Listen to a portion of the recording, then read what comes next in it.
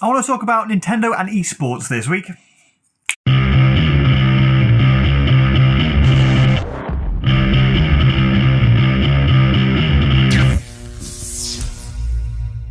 Hi guys, welcome to PMyth Gaming.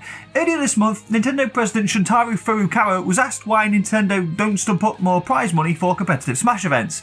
There is, after all, a rather vibrant competitive Smash scene, but unlike other developers, Nintendo rarely puts its hand in its considerable pockets to offer prizes.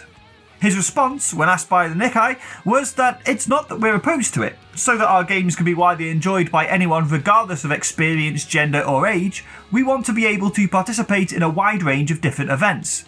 Our strength, what differentiates us from other companies, is this different worldview, not an amount of prize money.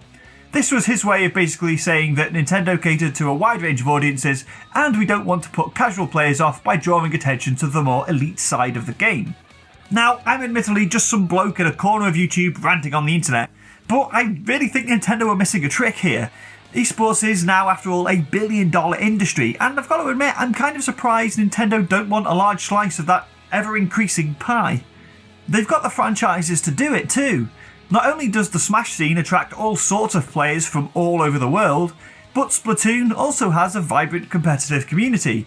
Competitive Mario Kart is a thing too, and even ARMS had a fledgling scene before it withered due to lack of support. The marketing power of having your games prominent in these spaces is undeniable, and with multiple franchises that can and do translate to a competitive scene, Nintendo should be jumping at the chance to get involved. But what about the concern that it would put off more casual players? Well, I ain't buying it. Cast your mind back to 2016 and that first ever Switch trailer that showcased the console. Sure, there was plenty of family-friendly moments, not to mention Karen's infamous rooftop party, but the entire final quarter of that trailer was dedicated to competitive Splatoon, complete with discussions about tactics, team jerseys, and a huge arena for the battle to supposedly take place in. This was the first time we ever saw the Switch, and yet Nintendo were quite happy to round off that moment with a focus on esports. Given that Splatoon 2 has sold nearly 10 million copies worldwide, I think it's safe to say that casual players weren't exactly put off by the focus on this high-level play.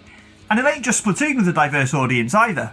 Take Fortnite. It's an absolute phenomenon with 250 million registered accounts as of March last year. You'd hardly expect all 250 million of those players to be interested in competing professionally. And yet Epic still summed up $100 million for last year's Fortnite World Cup.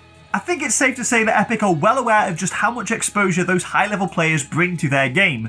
Take Ninja for example. Okay, not a pro player as far as I'm aware, but still a very popular Fortnite streamer. He's become such an integral part of Fortnite that he even has his own in-game skin now. All of these top esports teams and players stream regularly and have thousands of people viewing their stuff.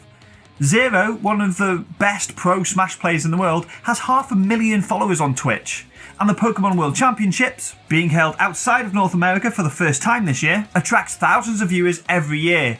Nintendo could better leverage the passion of these players and fans and help nurture even bigger audiences. And I can't see people not playing the likes of Mario Kart and Smash and Pokemon just because Nintendo decided to support its most passionate advocates. It can even help nurture new franchises too. I love ARMS. Whilst I don't think there was quite enough content within the game to keep casuals hooked for years on end, the variety of fighters and arm combinations made it a fantastic competitive game.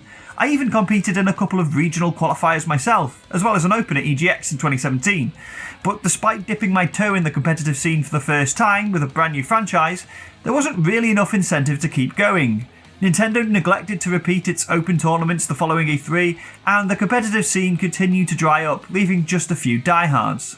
Imagine how much more successful ARMS could have been if Nintendo had really championed its top level players. They would have been much more incentivized to keep singing the game's praises, and many of those top players played other games like Street Fighter and stuff as well. ARMS might not be quite the same type of game, but there's no reason those audiences couldn't have crossed over. I'm still really gutted ARMS died off. It's a great game. I guess what I'm saying is that Nintendo's current approach to esports seems to me to be incredibly short-sighted. Yes, they are primarily focused on more casual gamers, but when their games appeal to that audience and the more hardcore, I don't see the harm in nurturing both of those audiences, especially if it means we can then get an ARMS too. Thanks very much for watching, everyone. Let me know what you think about Nintendo's approach to esports down in the comments. If you enjoyed this video, there's tons more here on Nintendo Village for you to enjoy, such as this one. And if you like that, you can always subscribe to so you never miss another episode.